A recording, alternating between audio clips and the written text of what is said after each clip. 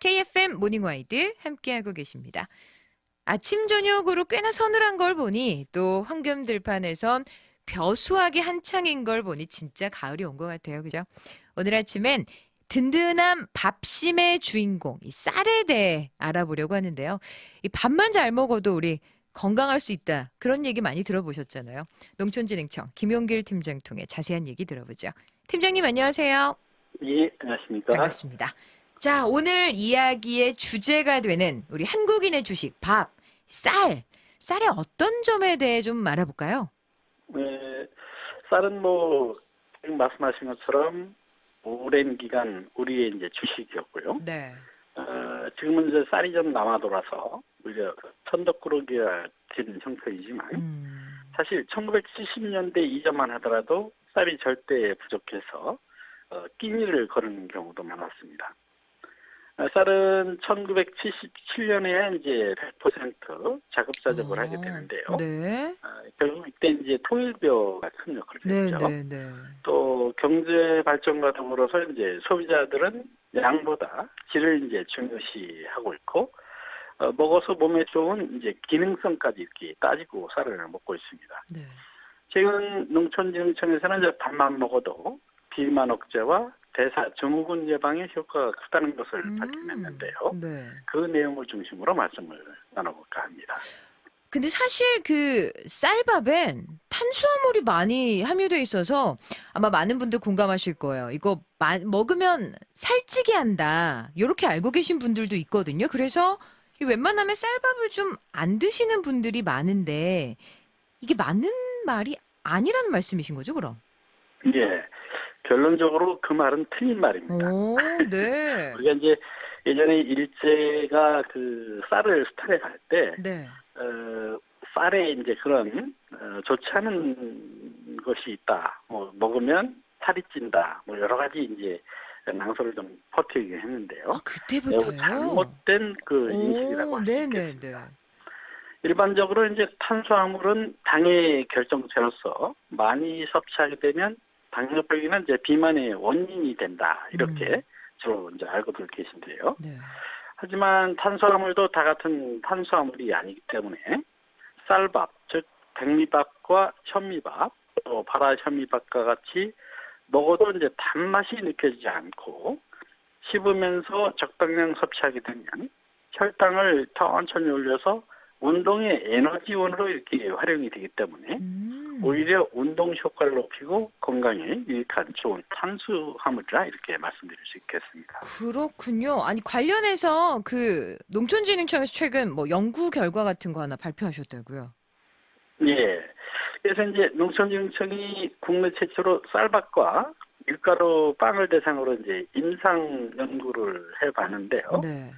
먼저 건강한 성인 10명을 대상으로 빵과 이제 쌀밥을 순차적으로 먹게 하고 혈당 상승과 이제 인슐린 농도 변화 등을 측정하고 밥을 먹은 이후에 의학적 효과를 이제 확인해 봤습니다. 네.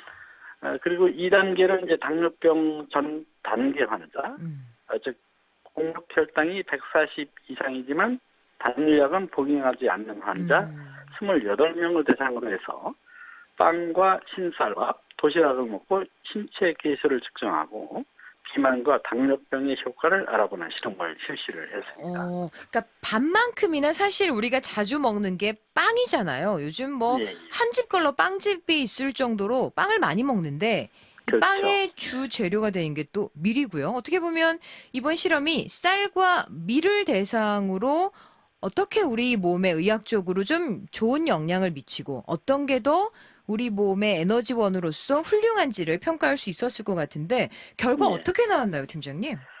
우선 건강한 성인을 대상으로 이제 빵과 쌀밥을 먹게 하고 임상 시험을 수행을 해본 결과 네. 빵을 먹은 경우에는 쌀밥에 비해서 이제 식후 혈당이 급격히 이제 감소하는 것을 확인했고 그에 따라서 배고픔을 빨리 느끼는 것을 이렇게 나타났습니다. 빵이. 네. 네. 그리고 이제 안정적인 인슐린 분비를 보인 쌀밥에 비해서 빵은 그 지속적으로 인슐린 분비를 자극해서 인슐린 저항성을 일으킬 가능성도 높은 것으로 이렇게 나타났습니다. 따라서 이제 쌀밥이 빵보다 대사 증후군 예방 효과가 높은 것을 확인할 수 있었는데요. 네. 당뇨 전 단계의 임상시험에서는 쌀밥을 먹은 경우에 체중과 이제 허리 둘레가 각각 평균 800g과 0.4cm 감소를 한 것을 확인했지만 빵을 먹은 경우에는 체중은 500g이 감소했지만 오히려 이제 허리 둘레가 평균 1.9cm 이렇게 증가한 것으로 나타났습니다. 아, 증가했어요? 예, 그래서 이제 사실 그 쌀이 빵보다 비만을 억제하는 데 효과가 있는 게 이제 나타난 거라 할 수 있고요. 네. 특히 임상 기간 동안에 균형적인 식단을 먹은 한 사례자는 네. 체중이 무려 11kg이나 감소했고 체지방은 42%가 감소한 경우도 있었습니다. 진짜 뭐 쌀밥 먹으면 살찐다는 말은 다 잘못된 말이었네요. 그죠? 그렇죠. 아까 이제 얘기한 것처럼 네. 그 이제 쌀밥을 먹으면 오히려 운동 에너지를 쓰이고 그러니까요. 혈당을 서서히 올리기 때문에 네. 예, 비만이나 이런 성인병 예방에도 도움이 된다 할 수 있겠습니다. 그러니까 유익한 탄수화물이었다. 이렇게 생각하면 좋을 것 같고. 아니, 네. 그러면 그러니까 쌀이 우리 몸에 이렇게 훨씬 좋은 에너지를 준다는 건데 어떤 성분 때문에 이렇게 좋은 걸까요? 일반적으로 쌀에는 이제 필수 영양 성분 외에도 식이섬유가 이제 다량 함유되어 있는데요. 식이섬유는 체내 그 여분으로 존재하는 혈당이나 중성 지방 등 나쁜 영양소를 이제 흡착해서 중화시키거나 체외로 이렇게 배출시켜주는 역할을 하기 때문에 체내 혈당 조절 효과를 높여서 당뇨 예방이나 다이어트 효과가 있는 것으로 이렇게 볼 수가 네.